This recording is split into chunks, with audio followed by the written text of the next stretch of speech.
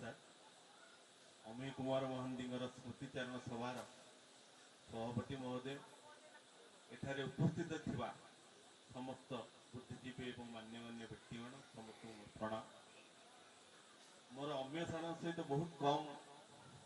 देखा साक्षात मिशी एते व्यक्तित्व एते सुंदर गुणी से गोटे खेल शिक्षक ही एते गुणर अधिकारी मु आज आपण मान शुणिक निजक अनुभव कर तुलन कि लोक संसार छाड़ी जावा उचित नुहे परिवार बहुत क्षति और भाटबंधा हाईस्कल बहुत क्षति पिला बहुत क्षति तेणु जहा जन्म हेले तो मृत्यु अच्छी जम को दोष न लगे विभिन्न व्यवस्था कर जम